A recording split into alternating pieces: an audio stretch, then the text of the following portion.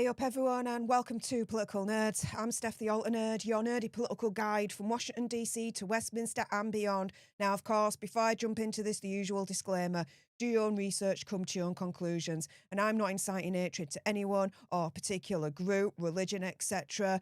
So yeah, over the weekend, unless you were living under a rock, there was a horrific attack on a train down in Huntington, Cambridgeshire.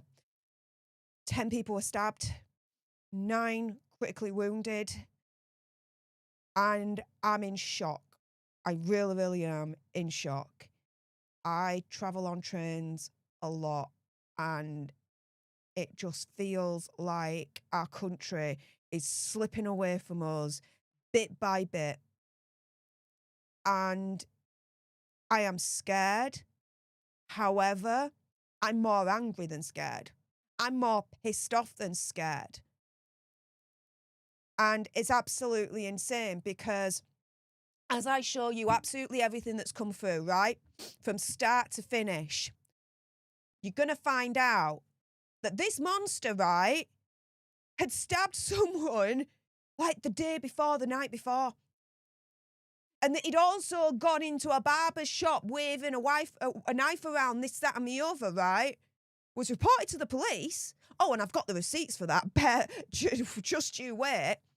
And yet somehow wasn't arrested and was able to still roam free to commit such a horrific act on that train, which I am labelling right now the train from hell.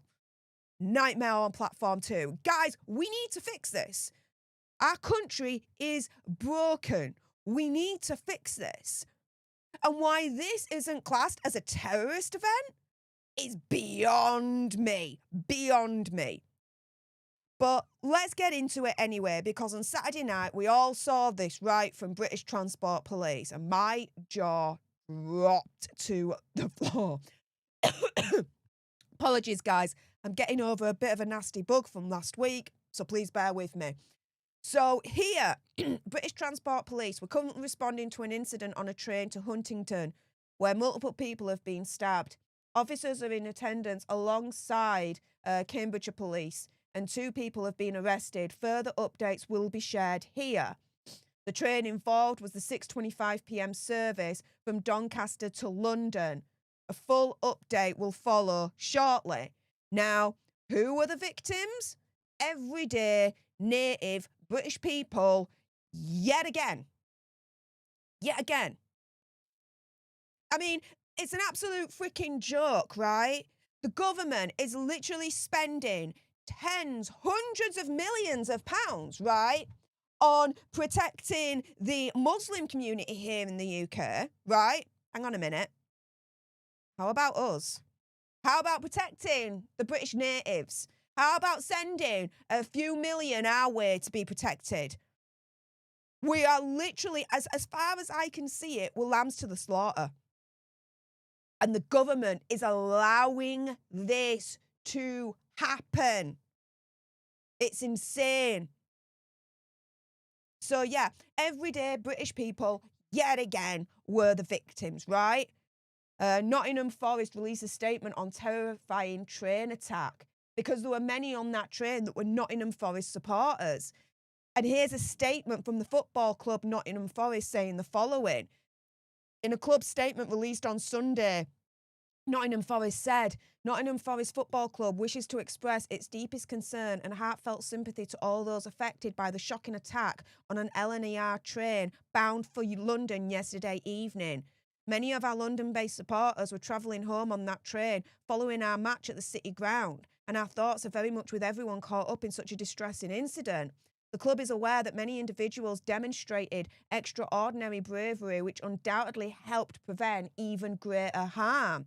The entire Nottingham Forest family stands firmly behind them as they recover from the events of yesterday. Marinakis, the club owner, also added his own words and made the vow to go above and beyond for any Forest supporter caught up in the horror incident that requires medical care. And here, so any Forest fan that's caught up in the attack is to contact the club's head of fan engagement, Will DeHoogie, on will.dehoogie@nottinghamforest.co.uk.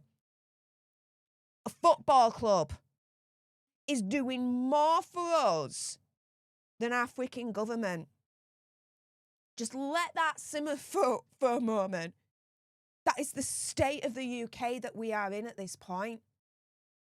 And I'm not making this about me, so please don't get it twisted. But that LNER train from Doncaster to London, whenever I go down to London, I take that train. Yeah, I take that route. I'm like I said, jaw dropped when this news was coming out. It shocked me to my core. And here, speaking of the train, right, here is some shocking footage that I was able to see. It's not triggering, all right? You're not going to see anything gory or like that. I won't do that to you guys. But here is some shocking footage of some of the passengers on the train calling the emergency services. Here we go. Right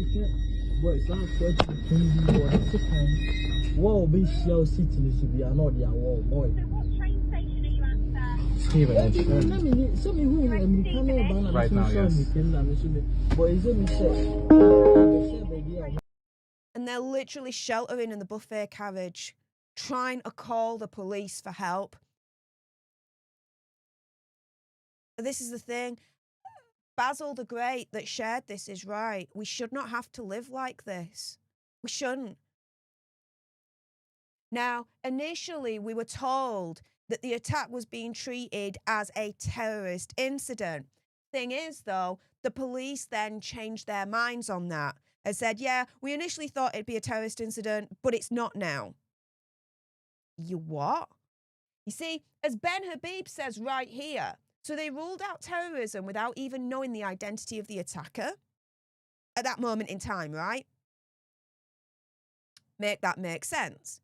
Now, this is the moment. This is when the dramatic moment. A suspect is tasered and arrested by police officers following a horror train knife rampage last night. The video shows a man wearing all black being wrestled to the ground on the platform at Huntington Station. A taxi driver who took the video said before the man was arrested, he was shouting, "Kill me, kill me, kill me," to the officers. He said, "I had arrived at the station pickup point at 7. There you go. Now, an eyewitness, okay, his name's Viral Turturica, and I've mispronounced his name. I do apologise.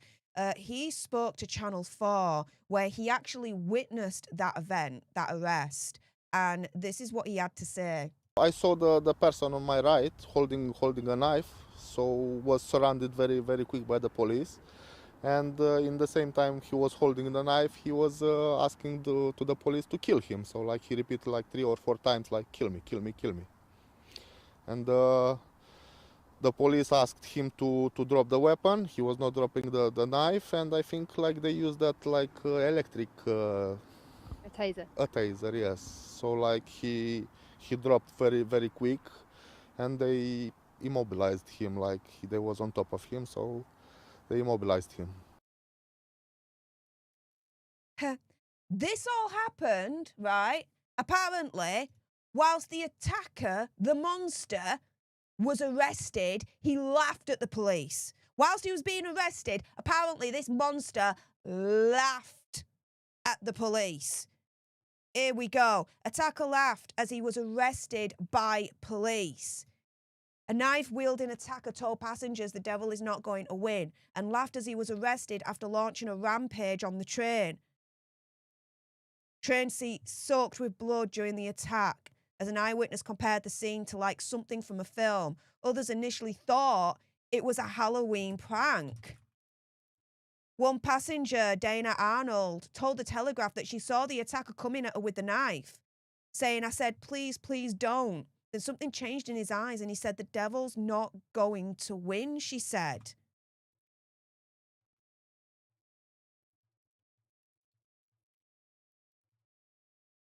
So it's extremely disturbing that we've got an eyewitness account here that's turning around and saying that as he was getting arrested right here,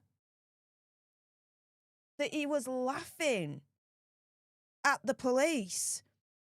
This is one severely evil, disturbed monster. Now, we were told initially that 2 people were arrested on suspicion of attempted murder. We were then told that the police had let one of them go, but didn't tell us specifically as to why they let the other one go. Here, British Transport Police saying detectives investigating a major incident in Cambridgeshire can this evening confirm a 32-year-old man who was arrested is now being treated as the only suspect. We've established that the second man arrested was not involved in the attack. Now, they said that they reported that they arrested 2 men in good faith. But Raja Mia brings up a very sobering point here and says the following. So the police are now admitting that the Caribbean heritage man initially arrested in the Huntington train attack is not a suspect. Apparently they reported this in good faith. I wonder what else they may later claim that they reported on that ends up not to turn out right, yeah, as good faith.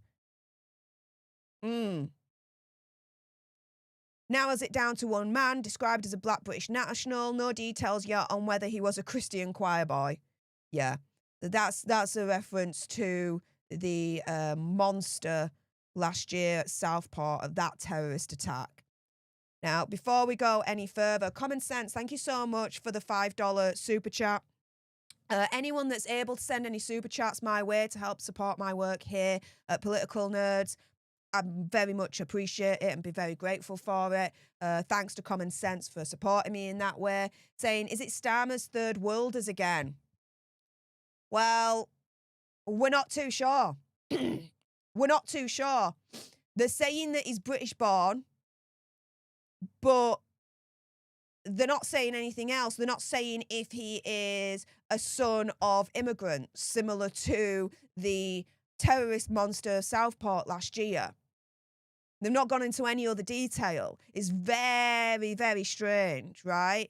Interesting what they are saying, but it's interesting what they're not telling us as well, right? Because the thing is, the authorities were at pains to say that the 2 men that were initially arrested were British. Now they're at pains to say that the monster that's being charged is British, right? But the thing is, reports came through that this monster allegedly was saying the Allahu Akbar during this terrifying assault. Now, interestingly, Tommy Robinson brought this up on X that I didn't actually know before.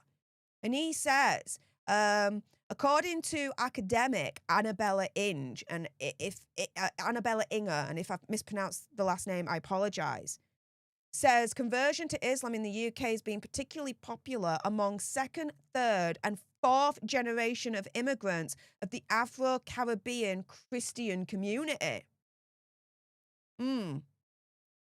Just interesting to note, guys, that.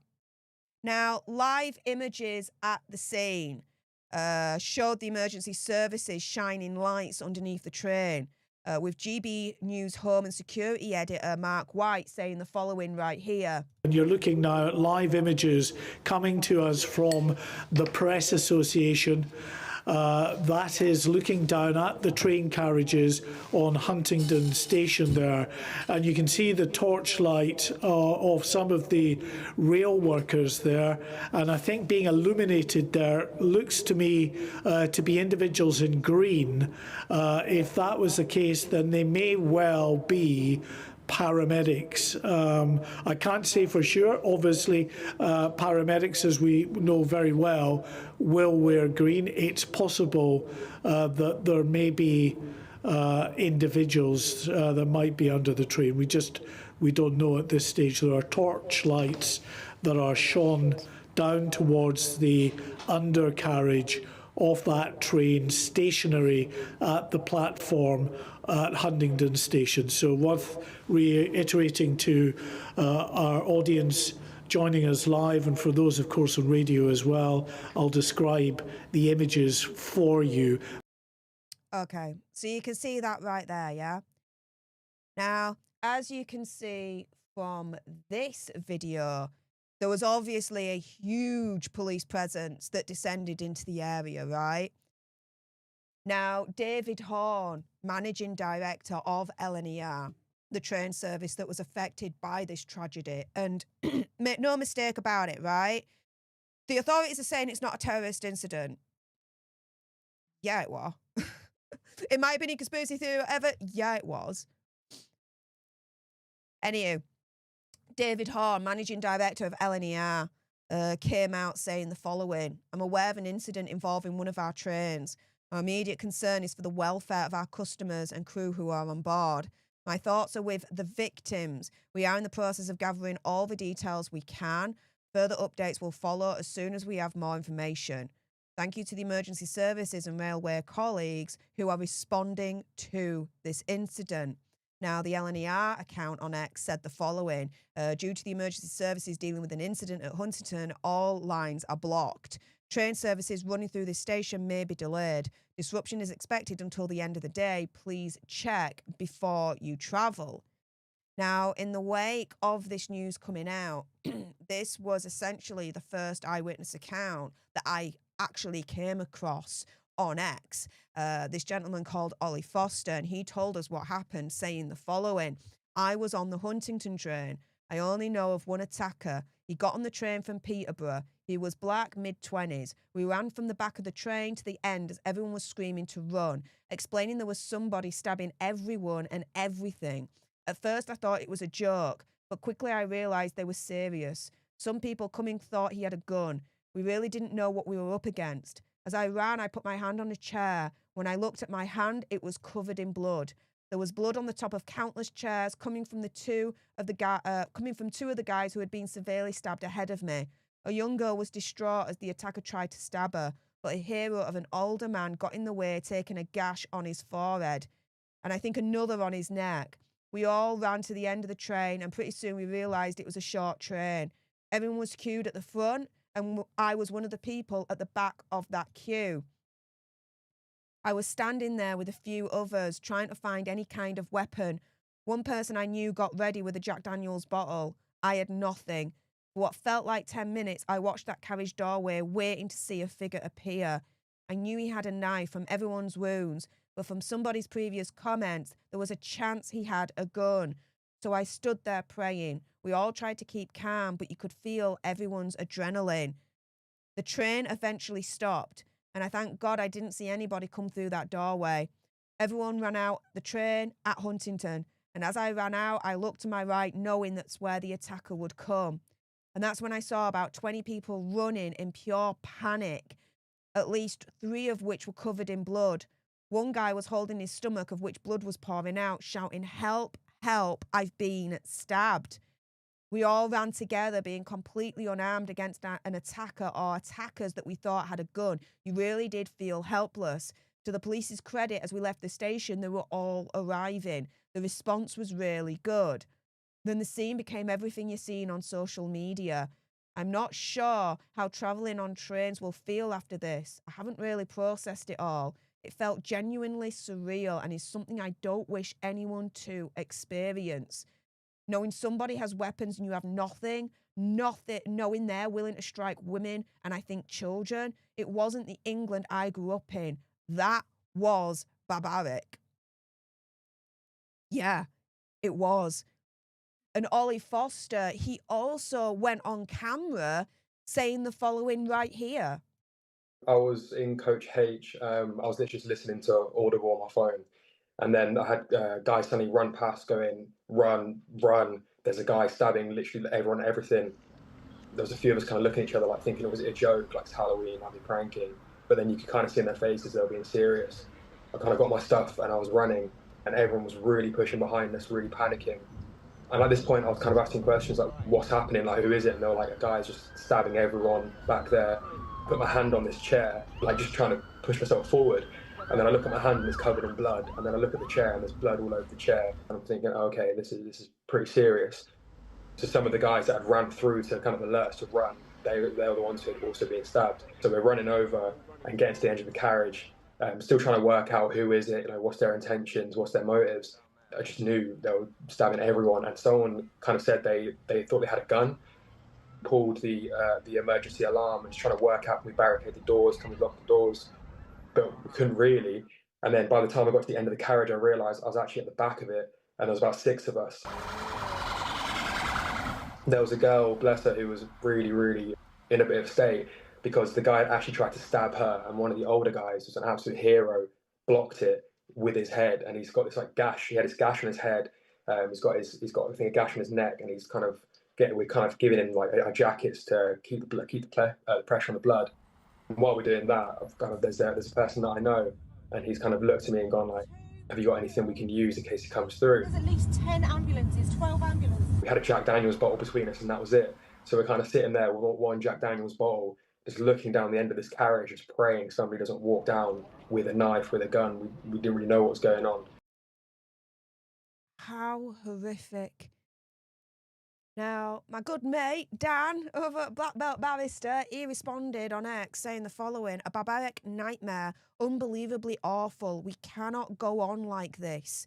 This is not Britain.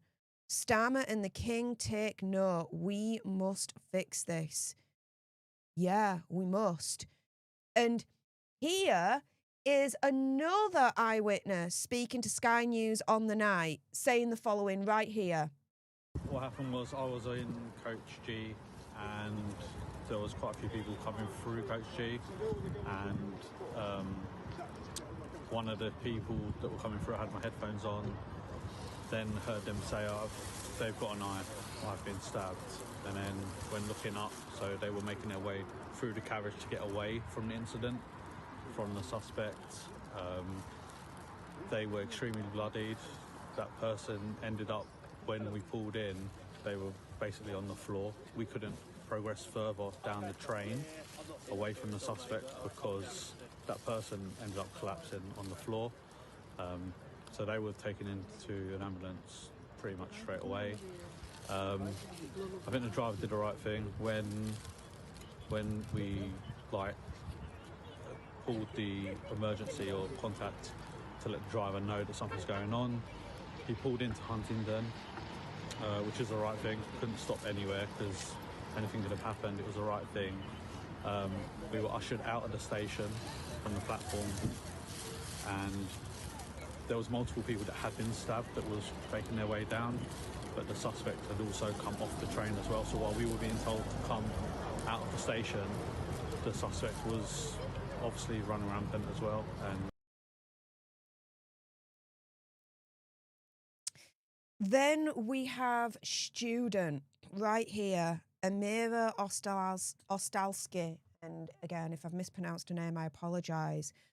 Speaking to Sky News to give her account because she was unfortunately on that train as well. And this is what she had to say. We saw people covered in blood as well. It was horrific. It was really horrific because we had no idea where he was, and the conductor that tried to stop him, he got stabbed as well. When it's panic and chaos, you have no idea what's happening. And then we got told that he's coming in our direction again. After going the opposite direction, he came back to us. So I was on the train with my friend Vanessa. We were going from Nottingham originally to go into London for just a night out. And we just listened to music, just having a good time. And then I see that 5 rows ahead of me, a guy in a white t-shirt just jumps out of his seat out of nowhere and starts flew. And I was thinking, what's happened? There was me thinking maybe something happened to him. And then people started shouting from our coach, oh, he's got a knife. And I personally didn't see the knife, but the other people from my carriage saw it and said it was a large kitchen knife. And next to the man. Yeah. Now, we also have, you guys, London Underground worker Dean McFarlane speaking to Channel 4, providing his eyewitness account as to what happened. So here we go on this one. So when the train came into the station, I didn't see anything immediately on the platform. I recognised that the train was not supposed to be on the platform, so I tapped in to enter to see what was going on. As I walked onto the platform, I could see people standing in the doorways of the train looking a bit confused and a little bit distressed. To see what was going on. As I looked to my left, I spotted a young lad who was laying on the floor in the train door area, He then sort of slid back into the train. I could see blood on his face. I was still unaware at this point of what was happening until I started to walk further up towards the front of the train where there was a group of people gathered. As I see them gathered at the front, I wanted to go up and establish what was going on, and that's when I suddenly heard people screaming and shouting, "Run, run, run." Of course, I'm still stood there like a deer in headlights trying to process what is actually happening. At this point, I see people running past me covered in blood, and that's when I realised something's happened that obviously shouldn't be happening. This is something quite serious. In the distance, it looked like I spotted someone dressed all in black jump off the train and start heading down in our direction as people were running.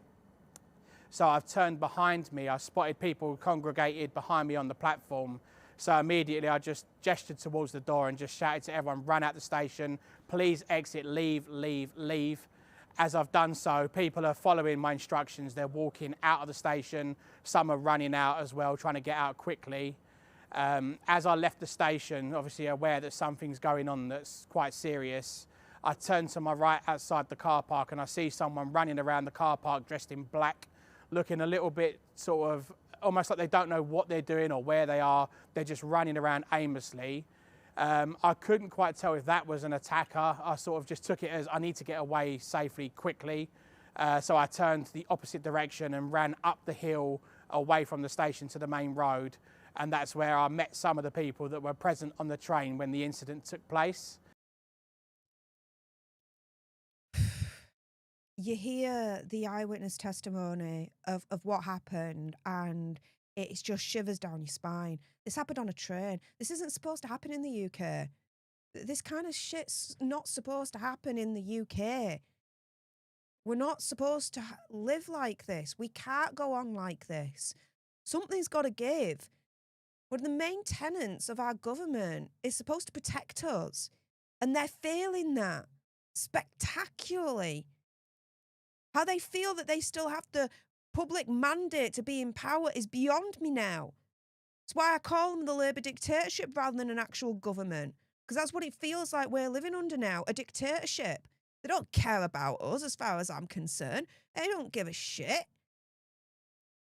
Now, more footage has since been released showing the moment right here that terrified train passengers did run for their lives down the platform with a knifeman behind them chasing them. Here, the Daily Mail reports, this is the moment terrified train passengers fled down a platform, followed by a swaggering knifeman after their service made an emergency stop when 11 people were stabbed on board on Saturday night. The footage shows passengers screaming as they run down platform 2 at Huntington, Cambridgeshire. Moments later, a man carrying a knife and dressed all in black follows. 2 British men were arrested on suspicion of attempted murder. One of the men has since been released without further action. The attacker is believed to have said the devil's not going to win as he came at passengers with a knife. The CCTV taken at 7:41 p.m. on Saturday from a local business shows one passenger seemingly fall beneath the train amid the panic as a crowd of passengers tried to escape the monster. Seconds later, the attacker calmly walks down the platform and then jumps over a fence before walking through a car park. A large blade is clearly seen in his hand. Now, before we go any further, just a couple of thank yous in the chat. Scott Lynon, thank you so much for the €2 super chat, saying, isn't diversity wonderful? Yay. Yeah. It just, like I said before, we're lambs to the slaughter at this point. The government doesn't give a shit. We are lambs to the slaughter. We should at least have the right to carry something to defend us. But we can't. We can't. We're lambs to the slaughter. Anyone that's living in America, you guys are lucky, I'm telling you that right now. General Scott and MP NG Creed Menace, thank you so much for gifting a Political Nerd membership to a couple of political nerds out there. Really appreciate your faces. Thank you so much for that. But yeah, let's get back to it, because there's even more footage right here that you can see right now of the monster jumping over the fence right here with a knife in his hand. Look at that. And he's just walking like casually, as you know, as if he's just, you know, got off the train and he's going to his car and he's off away on his way home. This is nuts. Now, police say that the monster is British and born in the UK. Thing is, though, that is not good enough. We need more information. Because as Northern Lass points out right here, Lee Rigby, UK born. The Southport monster, UK born. The Shoe Bomber, UK born. The 7/7 bombers, UK born. And my dissertation, for my degree, International Relations and Security Studies, my case study for my dissertation was on 7/7. So I know that inside out. 2017 Westminster attack, UK born. Manchester Arena bomber, UK born. 2019 London Bridge attacker, UK born. And the list goes on. We do seem to have a massive, massive issue with violent extremists that happen to be second-generational immigrants.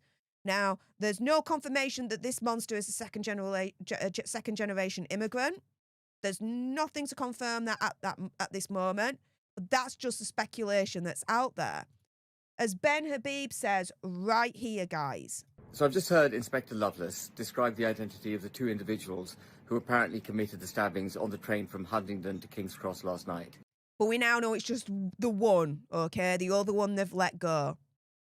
He described both of them as black, both of them as British nationals, both born in the United Kingdom, one of whom was of Caribbean descent. And he ruled out terrorism. And I think the impression he was trying to give in that description was that those of us who are concerned about the assault on our country by illegal migrants and other criminals who shouldn't be here needn't be concerned, that this is an entirely domestic British issue. But remember that after the killings in Southport, the brutal killings of those 3 young girls, Starmer described the perpetrator as a Welshman. Starmer indulged, in my view, undoubtedly indulged, in deflection. He wanted to give exactly the same impression that Lovelace has tried to give us this morning about the identity of these 2 men. And it's not working because the speculation continues, quite rightly so. Now, young Bob, absolute, I would like to say, personal hero of mine, really, has conducted a poll asking the public if we consider the attacker to be British. Now, over 9,000 people voted, and overwhelmingly, they said no. 85.8% said no. They don't consider the monster to be British. Now, your favourite MP, Rupert Lowe, has already taken action about this by writing to Keir Starmer. And by all means, go onto his X account, read the letter in full, but I want to direct your attention to the last little bit, the last little sign-off that I thought was really good. He says, "Don't talk, Prime Minister, act." Yeah, because we've had enough of this. We've had enough of this. We want action. We want to be protected. Never mind giving tens, literally hundreds of millions to the Muslim community for their protection. They're not the ones that need protecting. We're the ones that need protecting. Time and time again, the majority of these attacks, who are the victims? Us, the British. Let me put it this way to you guys, all right? And I'm just asking this as a question. In the UK, when was the last time there was a major terrorist incident where the majority of the victims were Muslim? In the UK. I'm just asking for a friend. Yeah, as you're ruminating that question there, bear in mind that the government has given over £100 million to the Muslim community for their protection. Yeah. Make that make sense, right, guys? Now, British Transport Police, they did give us an update about the victims of the Huntington train tragedy, saying 10 people have been taken to hospital following a multiple stabbing on a train in Cambridgeshire. 9 are believed to have suffered life-threatening injuries. A major incident has been declared and terrorism police are supporting our investigation. However, it is still not classed. As of me being live right now, it's still not classed as a terrorist incident. Why? It goes beyond me. The thing is, though, there's renewed calls for the British people to have the legal right to carry a non-lethal defence mechanism such as pepper spray to protect ourselves with. The problem is, if we do that right now, then we could get jailed for up to 10 years.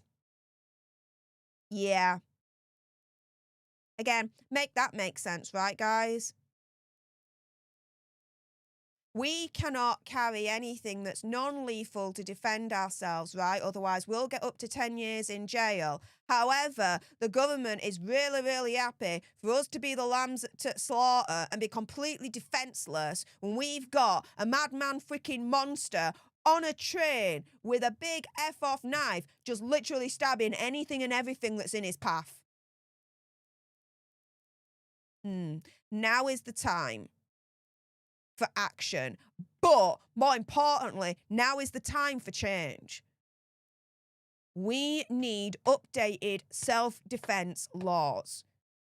We should be able to carry non-lethal defense mechanisms to be able to defend ourselves in situations like that.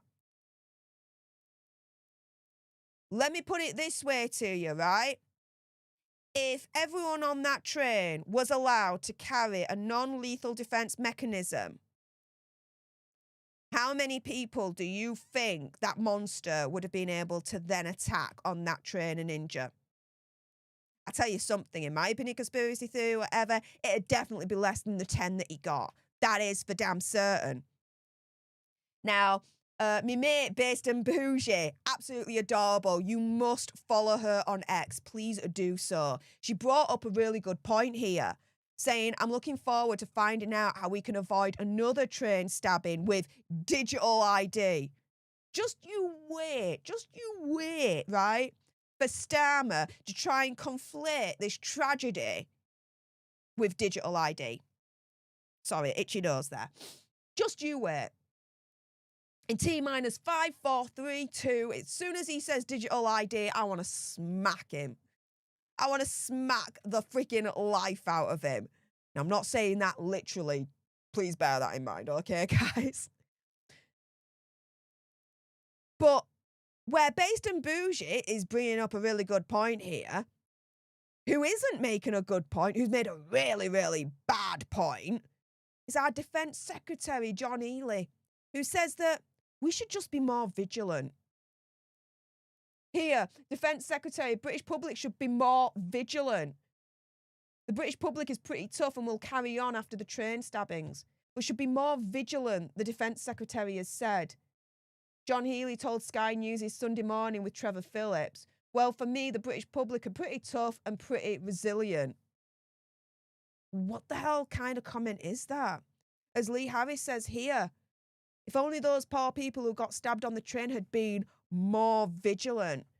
And I echo his sentiment here. What an absolutely disgusting response from the Labour Defence Secretary. Absolutely disgusting.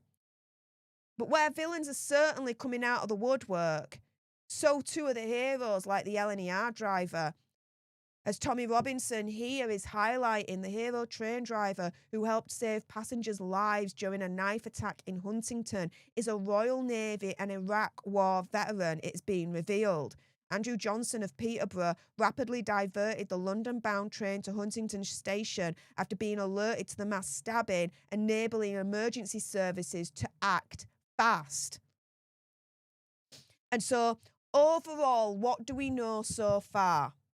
Because there is a lot that's happened and a lot that is happening even as we speak right now, okay? So what do we know so far?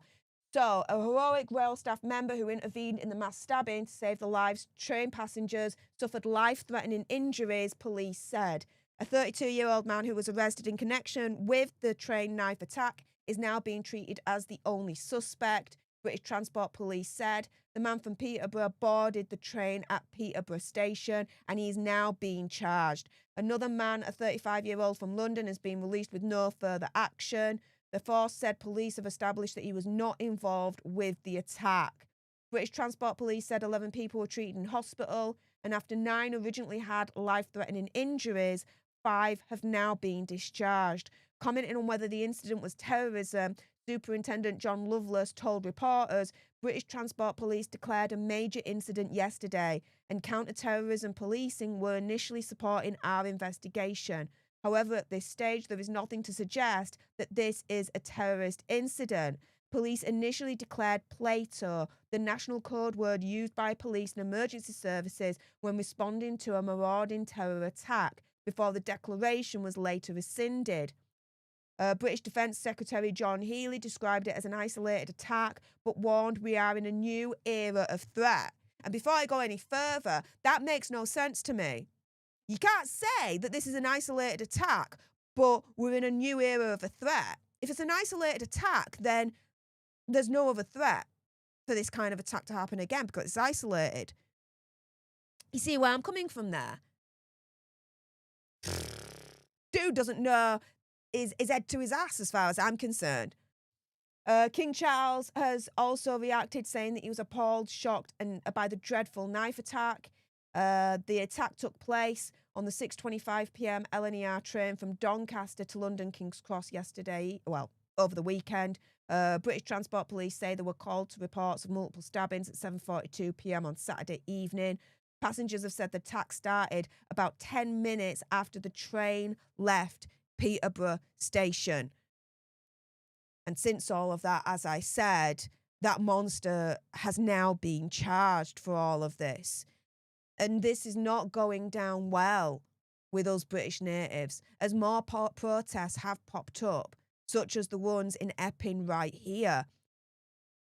As we are told that the attacker was British born, Kevin O'Sullivan from Talk TV makes a really good point here, saying the following: the authorities are telling us that the train knife maniac is British born. That's it? Is this Welsh choir boy all over again? Are the cops playing cover-up? Don't we need more information on this deadly, dangerous duo? Or, now that we know, just this deadly, dangerous monster who brought terror to the tracks? I think we do. I definitely think we do. And as I said, as news came out earlier on today, that this monster is now being charged. Before we go into it any further, Lisa Boo, thank you so much for the $2 super chat, saying thank you, Steph, for bringing this to light. It's very scary. Yeah, it is. And there's a lot that mainstream media is still trying to hide from you. And so it's down to independent journalists like myself and others on YouTube and X to tell you guys what's going on here. And so that nothing is hidden. Because this is the thing, right? Check this out. We find out that this same monster, right, stabbed a DLR passenger the night before. Here we go. Suspect stabbed a DLR passenger night before the Huntington attack. The Huntington train suspect, who's now being charged, stabbed a DLR passenger the night before going on a knife rampage. It's emerged, and I will not even say his name. That name is not fit to pass my lips. He's now being charged with 11 counts of attempted murder, one of which took place in the early hours of Saturday. British Transport Police said the separate incident took place at Pontoon Dock DLR station shortly before 1 a.m. on November the 1st. It's understood his victim suffered facial injuries after being attacked with a knife. The monster then left that location before going on a rampage with his knife on the train, the Huntington train, on Saturday evening. Deputy Chief Constable Stuart Cundy said the criminal investigation and support for the victims is a priority for British Transport Police. Our investigation is also looking at other possible linked offences. Linked offences such as that this monster may be linked to the stabbing of a 14-year-old boy in the city centre at around 7:10 a.m. As the Daily Mail says here, in another incident which occurred just 2 hours before the train tragedy, police believe this incident may be linked to the monster. A 14-year-old boy was stabbed by a man with a knife in the city centre at 7:10 p.m. And all this is coming out as footage is going viral of this monster terrorising people with a knife in a barber shop the day before the horrific Huntington train attack. So not only is there reports that before the train attack, right, he attacked a passenger, a DLR passenger, that he may have stabbed a 14-year-old boy in the city centre, right? But also that he's caught on CCTV terrorising people with a knife in a barber shop the day before the train attack. Here we go.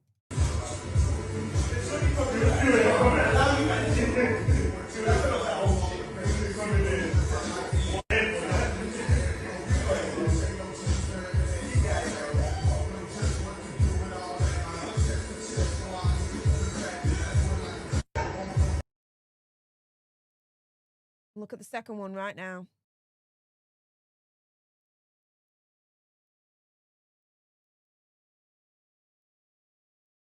Look at that.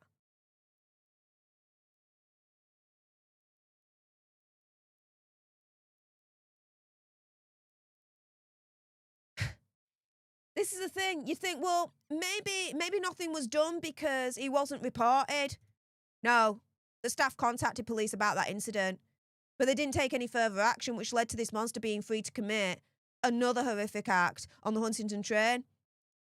Here we go. Sources have alleged that the man who was understood to be in custody following the stabbing spree on Saturday evening had earlier entered a barber shop in Woodstone, Peterborough on Friday, and again on the morning of the attack. Staff are said to have contacted police due to his concerning behaviour.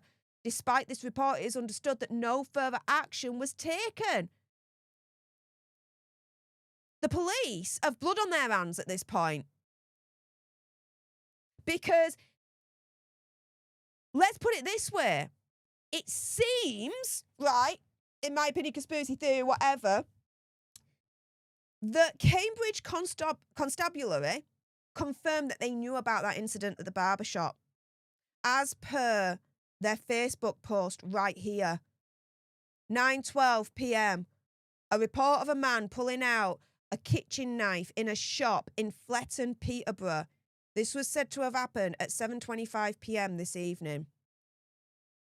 So not only is the staff confirming, yeah, we contacted the police over this monster, the police themselves, it seems, looking at this Facebook post here from them, has confirmed, yeah, we got the report. Yeah, we got the report. He went into the barber shop, brandishing a big F-off knife, this, that, and the other. But guess what? We did nothing. Them doing nothing. They've got blood on their hands. Blood on their hands. Because if he was detained and arrested there and then none of the other subsequent attacks would have happened. By my reckoning, looking at the time frame here, right? The 14-year-old boy stabbed in the city centre that police believe this monster is linked to. The stabbing of that DLR passenger. The stabbing of all those passengers on that train could have been potentially avoided, right? If the police did their damn freaking job and arrested this monster in the first place when he initially went in to that barber shop brandishing that big F-off knife. Now, police haven't confirmed whether this report I'm showing you right here, highlighted in yellow, is about the same monster who terrorised people in the barbershop the day before the train attack, but the information they've put on that Facebook post definitely tracks for me. You see, there were eyewitnesses that were at the barbershop who spoke to an outlet called Charity Today, and their report states the following.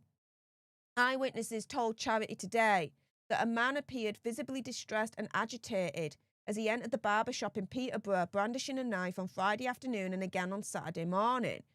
Footage shown to Charity Today appears to show staff fleeing for their lives as a man entered the premises visibly unsettled and carrying what witness described as a large kitchen knife. One witness told Charity Today they believe they have previously seen the same man allegedly brandishing a knife and a sword in the Eastfield Road area of Peterborough several months ago, and suggested he may be known to some local residents. A local business owner in Woodstone, Peterborough claimed, quote, "The police knew about it and counted the man twice, once on Friday night and again on Saturday morning. I saw that big kitchen knife he had. I have the CCTV footage. God was watching over us." So the police were already alerted to this monster before he committed that absolutely horrific act on that train. They did nothing. They did absolutely nothing. An investigation has to be made, an inquiry has to be made into what went wrong there. Why wasn't he arrested? Why wasn't he arrested when he stabbed the DLR passenger? Why wasn't he taken then? All right, he wasn't taken at the barber shop, right? If we're going to play devil's advocate here, he wasn't taken at the barber shop. He didn't stab anyone. He didn't hurt anyone. Right, okay. Okay. Even though he should have been arrested because he was carrying an offensive weapon, that, again, you should get done for that. If I can get done for carrying pepper spray as a non-lethal defence mechanism and could get up to 10 years for it, that monster definitely should have been arrested for carrying a freaking knife and brandishing it around. It's as simple as that. Anywho, let's play devil's advocate here, right? He goes to the barber shop. He's brandishing the knife around, being an absolute monster. Doesn't get done by the police because he's not hurt anyone. Right, okay. But then he does hurt someone. He stabs a passenger. The DLR passenger, right? How the hell was he let go? How the hell did nothing happen to him at that point? How the hell was he not arrested and brought in and charged? If he was arrested and charged as soon as he stabbed that DLR passenger, then all those other passengers that he stabbed on that Huntingdon train, they'd be living normal lives. It would never have happened. The police have blood on their hands, and a severe inquiry needs to be made into the handling of this and why the police let the British public down on this one in a massive way. Before we go any further, thank you to Scott Lynon for your €5 super chat. Thank you so much for supporting my work here on Political Nerds in this way. Saying a common response is Britain invaded all their countries. What they don't admit is that all those countries were shitholes that Britain improved. This is the thing. I don't care. Right, we invaded all the countries back in the past, okay? Other countries invaded as well, right? That's in the past. That's not happening now. That's not happening now. That's a BS excuse as far as I'm concerned. It really, really is. Now, we've got crime correspondent for Sky News, Martin Brunt, and he says the following right here. As well as the charges he faces over the incident on the train on Saturday night, he's also charged with another count of attempted murder and a possession of a bladed article. And this is in connection, police say, with an incident at Pontoon Dock on the Docklands Light Railway in East London. As well as the charges he faces. Yeah. There should only be one charge, which is the East London DLR stabbing incident. He should have been caught and charged there and then for that. Not left and allowed to roam free to create even more havoc and mayhem and terror on a train. This is the thing. Even the Crown Prosecution Service, right? The CPS said that they reviewed evidence, including CCTV, that would eventually lead to this monster being charged. So when he did the initial stabbing of the DLR victim, right? Even if he all of a sudden then ran away from it, London is one of the heavily CCTV cities out there, right? They would have been able to track him via CCTV. The Crown Prosecution Service has pretty much confirmed that. So when he initially stabbed that victim, that DLR victim, why didn't the police then track him, catch him, arrest him, and charge him then before he even set foot on that train to commit that horrific Huntington attack? I mean, I'm just asking for a friend here. Something has gone horribly wrong here. And so a big question for me is arising from all of this. Because with all the CCTV that is around the area that the CPS confirmed is in existence, right, in that statement there that I've just shown you, how was this monster able to evade capture at Pontoon Dock DLR station, make his way back to Peterborough, and then jump on the train to commit such a horrific act at Huntington? How was he not arrested there and then at Pontoon Dock DLR station? He should have never been allowed to walk the streets a free man after that. He should have been arrested there and then. And so for me, there are some serious failings on the part of the police here, and they have some questions that they need to answer. Blood is on their hands. How was this monster allowed to board that Peterborough LNER train after attempting to murder someone else at the Pontoon Dock DLR station? You know, that question would be a good place to start for the police to answer, right, guys? Now, there's a lot of speculation still regarding the nationality, race, ethnicity, religion of this monster, right? But Nuria Khan, give her a follow on X. She's a very, very interesting person to listen to. And here's an example right here. She makes a very good point in this clip right here. Honestly, Harris, it was like, I'm going to say the far left, since they like the far right so much, but like the far left and almost like mainstream media and I guess the police trying to diffuse the situation as much as possible are almost trying to tell us and gaslight us again by saying, oh, relax, don't worry, it's not an illegal immigrant. Oh, they're not Muslims, so don't worry. Far left are almost celebrating that, oh, it's not the usual culprits that, you know, yeah, exactly. As if that's supposed to make us all feel better. And as if that's supposed to say, you know, like kind of underpin what's happened as something not that intense, because just by adding the word British in front of them, it doesn't take away from the fact that, okay, as you said, like these could be, most likely obviously are, the children of immigrants, right? It doesn't take away from the fact that even if it's not directly like an immediate migration problem, it's definitely an integration problem, it's an assimilation problem, or there's something where there's certain people from various backgrounds who are more prone to violence than others. But all of a sudden, for the far left, it seems like race is irrelevant, or they don't really care because they don't want to mention the perpetrator's race. So I really think now identity politics is dead. And the fact that they're trying to gaslight us and to be like, oh, look, it's not illegals anymore, so what are you complaining about in the first place? This is a homegrown problem. No, it's still intensely and absolutely symptomatic of what we're saying is the wider issue in the UK. And as you said, with extremism as well, or, you know, whether they try and put this one down to an isolated incident, which is what they keep saying again, to try and keep the public sentiments at bay, that this is an isolated incident, let's say mental health, because we're ruling out terrorism. Notice how quickly they ruled out terrorism. And I like the fact that Ben Habib said, if this isn't terrorism, then what is? Because I think a man going through a train, stabbing people recklessly like that, is, if that's not with the intention to cause terror, I don't know what is.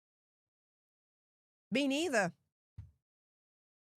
And my degree of international relations and security studies, my dissertation, my case study was the 7/7 terrorist attack. And it was the ethics and philosophy of it all.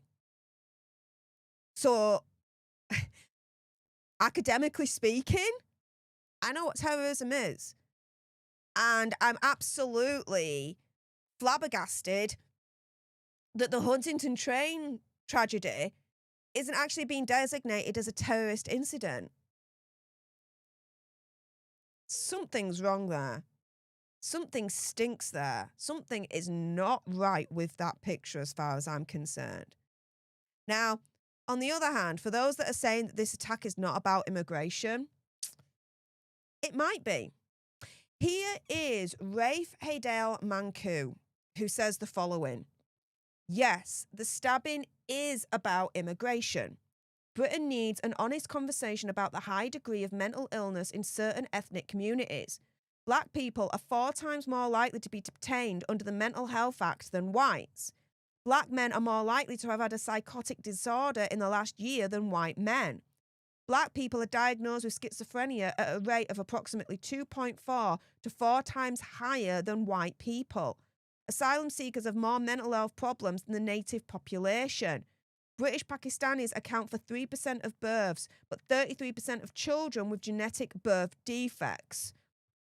That's because, opinion, conspiracy theory, whatever, our Labour dictatorship doesn't have the balls to ban cousin marriages here in the UK. But anyway, I digress.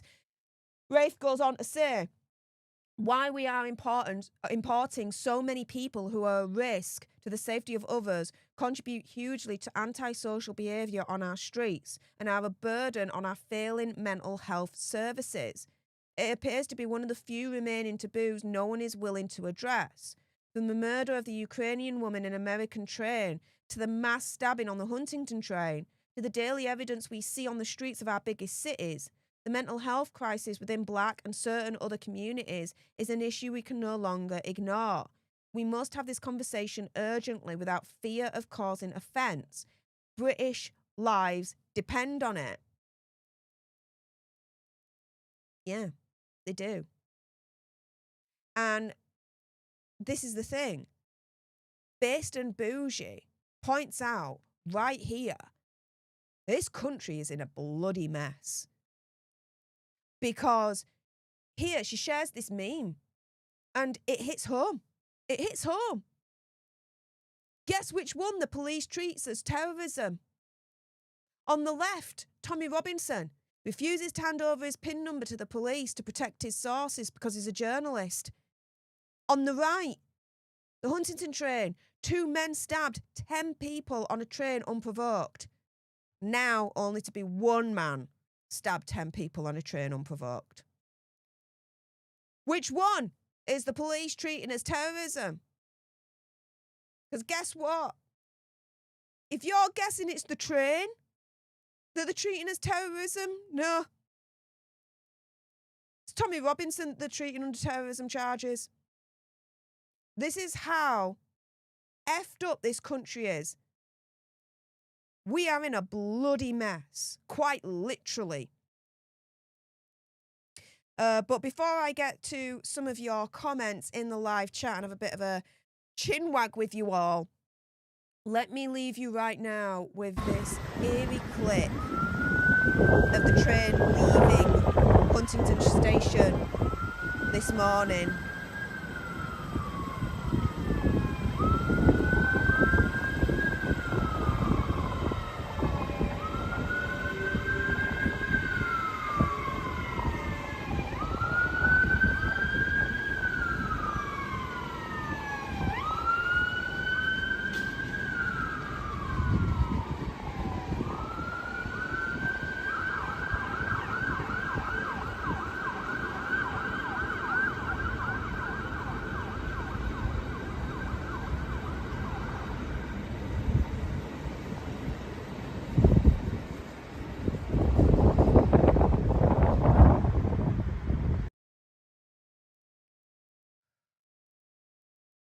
So yeah, we can't go on like this. We really can't. Let's see what you guys are saying in the live chat before we end today's emergency red alert broadcast. We've got the Ledge, David March in the chat saying hi people. Hey up Ledge, how's it going mate? Thank you so much. Before I forget, guys, I can see here that there's 350 of you watching at the moment. If you haven't done so already, please do me a massive favour. Support the work I'm doing here on Political Nerds and subscribe to this channel right now. And if you can, please, it takes 1 second. Thumbs up this live chat. It really, really helps this community and supports me, my work, this channel when it comes to YouTube and the algorithm. So special thank you to everyone that so far has subscribed to this channel today and has thumbed up this live stream. The more likes a video gets, the more YouTube will then push it out to other people to watch, and more people need to know this information as possible, right? Because the mainstream media is not giving you everything, but us on the internet, we are. So support us, support your fellow creators.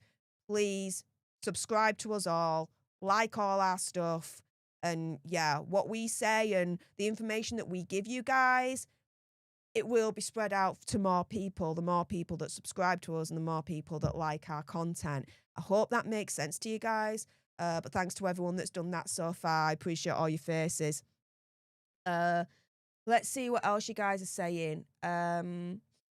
Dr. Neil Hampson, Critical Theology, says, let's stop pretending we don't know why he was not reprimanded by the police. He was black.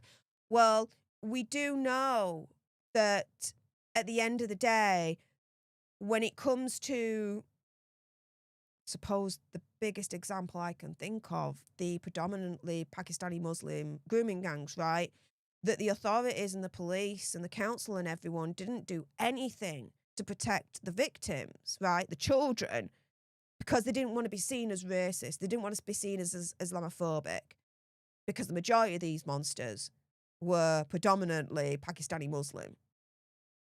So we know that the authorities, the police, the council and everyone are capable of not doing what they're supposed to do to protect us because they don't want to be seen as racist kind of situation. It's backwards. It's disgusting. I cannot stand that mentality. Shouldn't matter your race, the colour of your skin, your religion, where you come from. If you break the law, you should be punished. It's as simple as that. Monsters are protected more than us. Quite literally. I'm sick and tired of this country. See what else you guys are saying.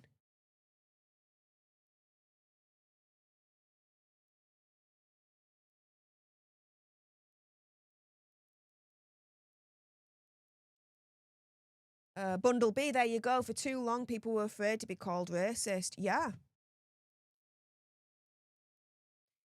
But this is the thing. People were afraid to be called racist, and they're not racist in the first place. How do I put this? So, the way to explain what's in my head right now is this. I've been on YouTube now with my channels for about 5 years. My first ever channel, my main one, is Steph the Alter Nerd, and I report predominantly on the misadventures of Prince Harry and Meghan Markle. And this is a thing, right? Bear with me, because this explains my point here. Whenever I criticise Meghan, right, it doesn't happen much now. But back in the day, I'd be called racist, misogynistic, blah, blah, blah, right? But I'm not racist. I'm not misogynistic. I was just reporting on the news when it comes to Hazza and Megxie and being critical of them. That's it. It didn't matter the colour of her skin. It didn't matter where she came from. It was what she was saying and what she was doing and what Hazza was saying and what Hazza was doing as to what I was criticising them for, right? But this is the thing, right? Their fans would call me racist, misogynistic, this, that, and the other. Not because I am, because I'm not. It's a way to try and shut you up. It's a way to silence you. Because no one, of course, wants to be called racist. No one wants to be known as racist or any of those other kind of slurs, right? And so when someone is faced with that slur, a lot of people turn around and like, well, I'm not racist, but I don't want to be seen as racist or anything like that, so I'll shut up and I'll simmer down and I won't talk about it again and I'll avoid that, right? You see where I'm coming from there? So, when people call you racist, when you know that you're not, and when you know what you're saying and what you're doing is not racist, yeah? Calling you racist not because they believe you to be racist. They're calling you racist because they're using that as a weapon to try and shut you up. Hint, don't take the bait, don't fall for it. If anything, shout louder, speak louder, scream louder. Because every time you do that, their allegations of you being racist, this, that, and the other, diminishes. Because then they figure out that their tactic to try and shut you up by falsely calling you racist isn't working. And so they soon do go away. Does that make sense? I hope that makes sense. But yeah, you shouldn't be afraid. You shouldn't be afraid to be called racist if you know you're not racist and you know that what you're saying and what you're doing is not racist. You should just be able to ignore those mofos because they're calling you racist to try and shut you up.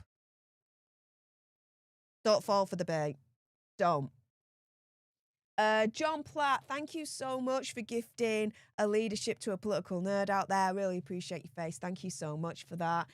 Dr. Neil Hampson, Critical Theology, thank you so much for the £2 super chat saying he wasn't tracked because of his racial group. Yeah, I can believe that. I can believe that. Again, like I said earlier on with your previous comment, mate, we've seen it before with the predominantly Pakistani Muslim grooming gangs, right? They didn't take any action because they didn't want to be seen as racist. So we know that the institutions and the police force and the councils have it in them to not take action against monsters because they don't want to be seen as racist. Like, this is maddening. This is maddening. Absolute nonsense.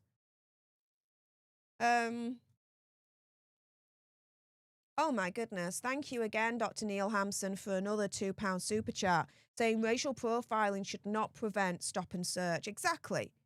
Racial profiling in its entirety should not stop implementation of the law when targeting suspects where there is evidence or reason to believe that they are breaking the law. It's as simple as that. But these monsters are weaponizing this whole thing against us. You see it in the clips. I saw one recently. I wish I had it now and I'd show it to you guys.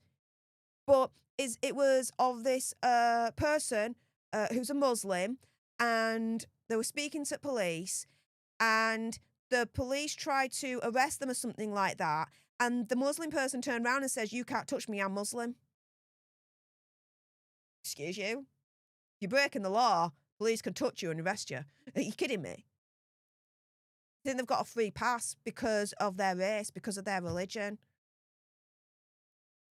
Welcome to the freaking UK. It's insane. It really is. Emily Cheatham, we need to ban burqas, halal, Sharia law in the UK. Agree. I would go so far to say not only ban burqas, but any facial covering, which includes balaclavas. Any facial covering, ban it. Ban halal, absolutely. Ban kosher as well. See, works both ways. Ban halal and ban kosher. Because the RSPCA, as I've shown you in previous videos on this channel, when it comes to, banning halal food, this, that, and the other, the RSPCA is campaigning on not only banning halal, but banning kosher as well. Because the way that both of them dispatches animals is horrific. It's inhumane.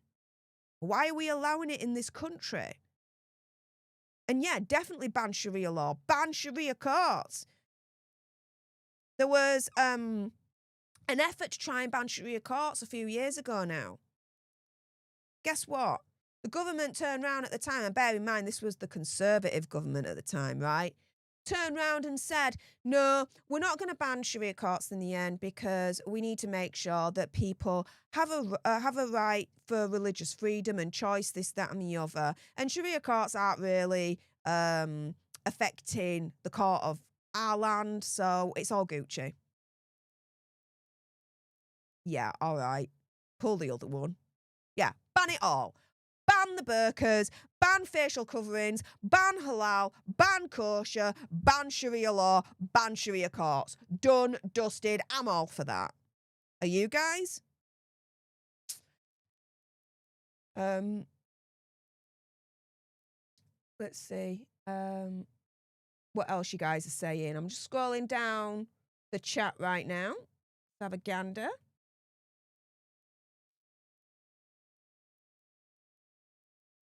Oh, Crag, thank you so much for that very kind comment there, saying, Steph, you're doing an awesome job with both your channels. Thank you so much. I really appreciate it. Thank you. See what else you guys are saying. Nathan Murphy says, do we really want Starmer gone, or do you want Mahmood, the Home Secretary, in at number 10? We can't win. I want them all gone. I want the whole Labour dictatorship to be moved out of power. An emergency general election tomorrow. That's what I want.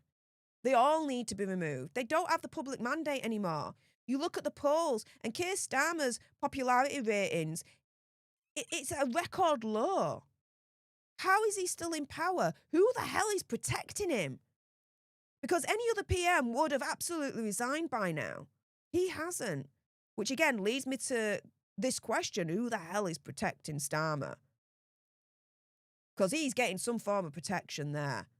Like, totally. I want them all out. I want a general election, and I want it tomorrow.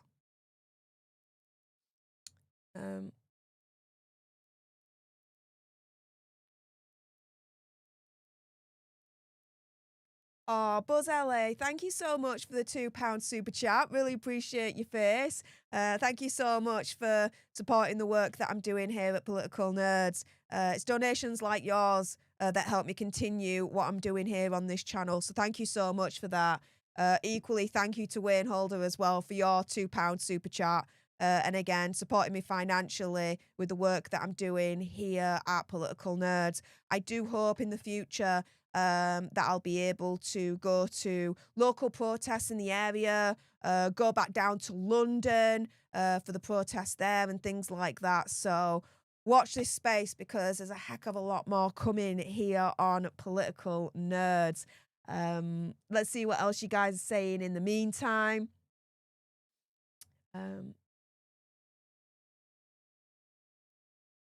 Oh, thank you, Oman Ra. Yep, Steph, defo my favourite now for news breakdowns. Thank you so, so much. And that's what I like to do. You know, with the Red Alert broadcast, generally speaking, I provide you breakdown, a massive, like, in-depth breakdown of the news as to what's happened.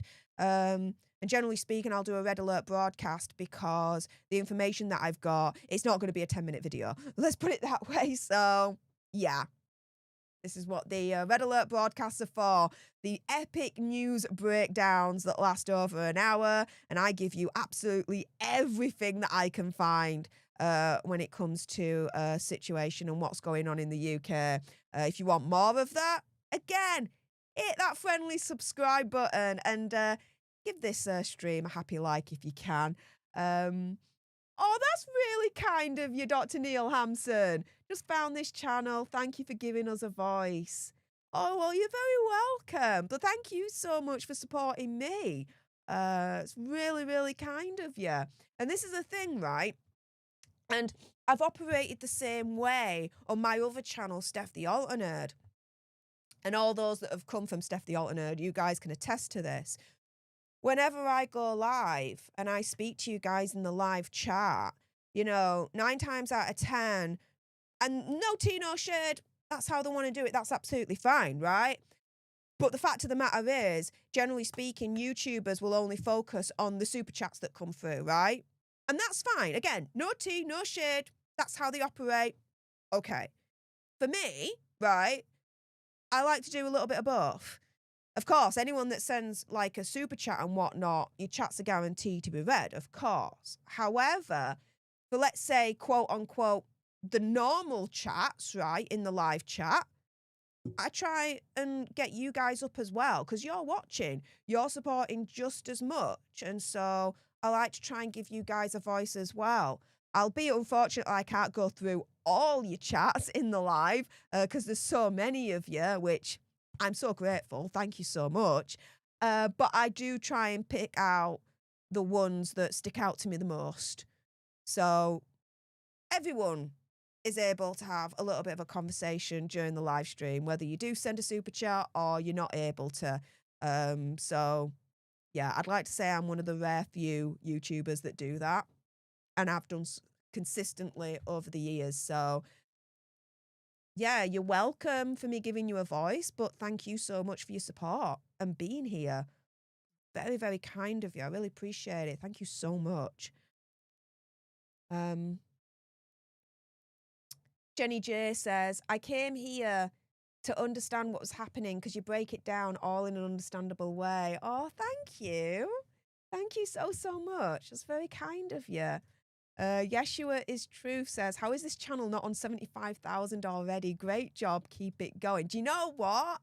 I'd go one step further. How is this channel not 100,000? How have we not got the silver play button for political nerds? I've got the silver play button for Steph the Alter Nerd, which is just there. We need another silver play button, but for political nerds, and we need it right there, guys. So help us get to 100k so we can get next level YouTube legit here on Political Nerds. Make sure you subscribe. Make sure you get your mum, your dad, your brother, your sister, your dog, your cat, your elephant, your giraffe, the whole freaking zoo to subscribe. And before you know it, we'll have sped past 75k and we'll have hit the 100,000 milestone. And then we get that silver play button that, again, I've already earmarked. It's going there, guys. It's totally going there.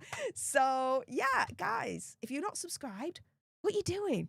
Get it done now for more breakdowns like this. But Yeshua is True. Thank you so much for that very kind comment there. Nathan Murfit's asking, how do you super chat? Well, firstly, if you're asking because you're considering sending me a super chat to support me and my work here at Political Nerds, thank you so much even for considering it. To super chat, where you usually make your comment in the live chat, to the side you're going to see a couple of buttons, one of which is like the dollar button on it. If you click that, that gives you then the option to send a super chat if you are still considering it. So there we go, Nathan, for that. Stephen Challinor says, there has been too many attacks at this point, hard to keep track anymore. It's disgusting and heartbreaking. Yeah, it just seems to be yet another day in the UK at this point. And again, we can't go on like this. We shouldn't have to live like this. We really, really shouldn't. John Platt says, 100% ban face covering of any type. I've seen a video of a person wearing a burqa and someone removed it and discovered that it was a man dressed as a Muslim woman who was committing theft and was caught. Yeah. There have been reports of terrorists that commit their absolutely heinous acts and then they dress up in a burqa pretending that they're female and escape the country. It has happened. So there we go. Let's put it this way, right?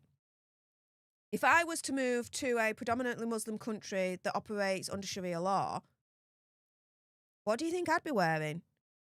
Do you think I'd turn around and be like, no, I'm wearing my tank top and this, that, and the other because I'm from the West and this is my culture and you must respect it, this, that, and the other? No. I'd be abiding by the law and culture of that land, quite rightly so. Why is it considered racist, Islamophobic, bigoted, this, that, and the other when we expect it on the other side? The other way around? Just asking for a friend there. Simple as that. Oh, Peter Keller, like your new hairstyle, suits you, sir. Thank you so much. I got it coloured a couple of days ago, and got it redone. It's a little bit blonder, but I like it, so it's all Gucci to me. It's all Gucci to me. Emily Cheatham, thank you, Steph, for picking random in the chat. You often pick my posts. There you go. Because your posts stand out. That's why. That's why. Oh, Jenny J says, Steph, I know British people like you who are good, decent people. I love the UK. My heart breaks to hear the country going to the dogs. It is. It is. And if we are not careful, this country could be heading for a civil war. I hope it doesn't happen. I really, really hope it doesn't happen. But it's just, the Labour dictatorship is not helping things at all. Really isn't. It's insane.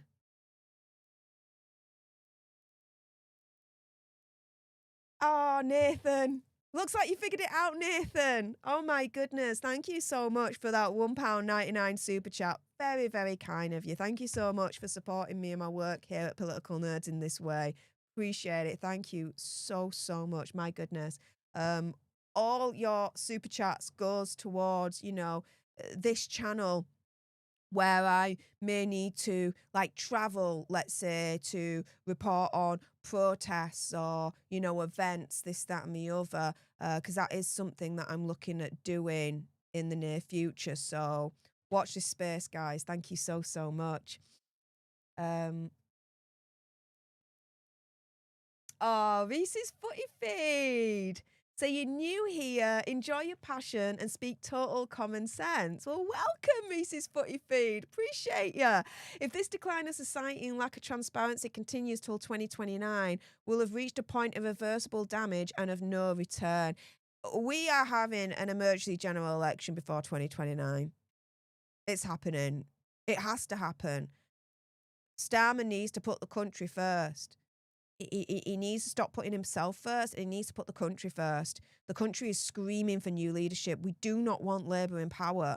We want that dictatorship gone. He needs to listen to us, and he needs to do the right, honourable thing, if he even knows the definition of that.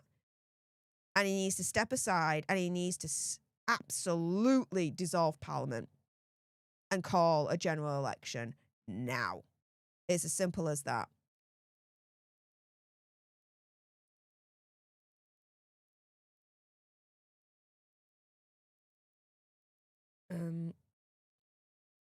Lone Wolf 56 asks, have I got a PayPal? Yes, I do, Lone Wolf 56. Just give me a moment. So I have, let's have a look here.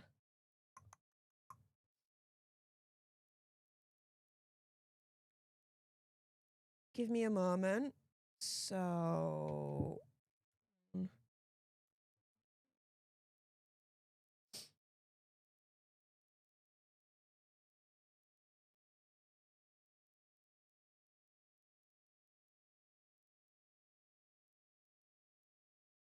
okay, here we go. So in answer to your question, Lone Wolf 56, I'm just going to put my link tree in the chat. So my link tree is in the chat right now. Okay, I was just getting the link for it.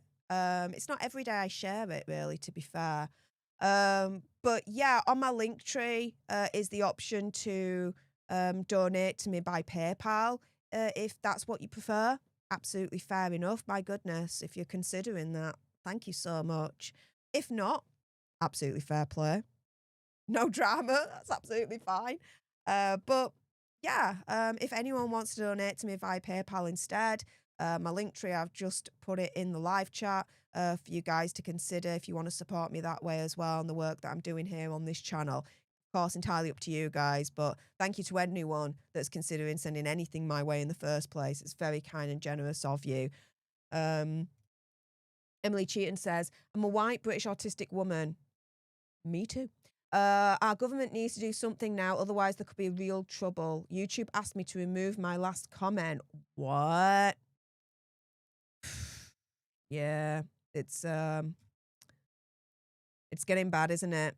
AA says, better call the Highlander and Braveheart. We definitely need a Highlander and a Braveheart right now. Crag says, Steph, I'm worried that we might need to wear stab vests when we go out. It seems to be getting to that point. It really, really does.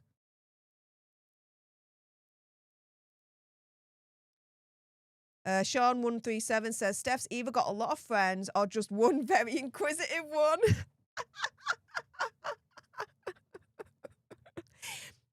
Yeah, I've got a lot of friends. I've got a lot of friends asking a lot of questions that I'm asking on their behalf. Like, totally.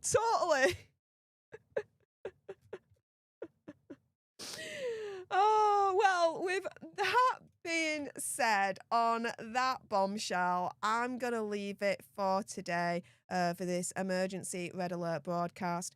Thank you so much to everyone that's tuned in live or tuned in on the replay, whether you're watching on YouTube or on X. Please make sure on your way out for more information about what's really going on here in the UK and more breakdowns. Make sure you subscribe to me here on YouTube on Political Nerds. If you're watching on X, make sure you're following me at Steph Alternerd. Thank you so much to everyone that subscribed to me today here on YouTube or followed me on X. Thank you so much to everyone that's liked this stream. Thank you to everyone that's kept me company right to the end, chatted with me in the live chat. Special thank you to those that were able to support me a little bit more, sending a few super chats my way to help fund the work that I'm doing here on Political Nerds. I appreciate all your faces. With that being said, stay safe, enjoy the rest of the day wherever you are in the world, and until the next time, you guys, laters.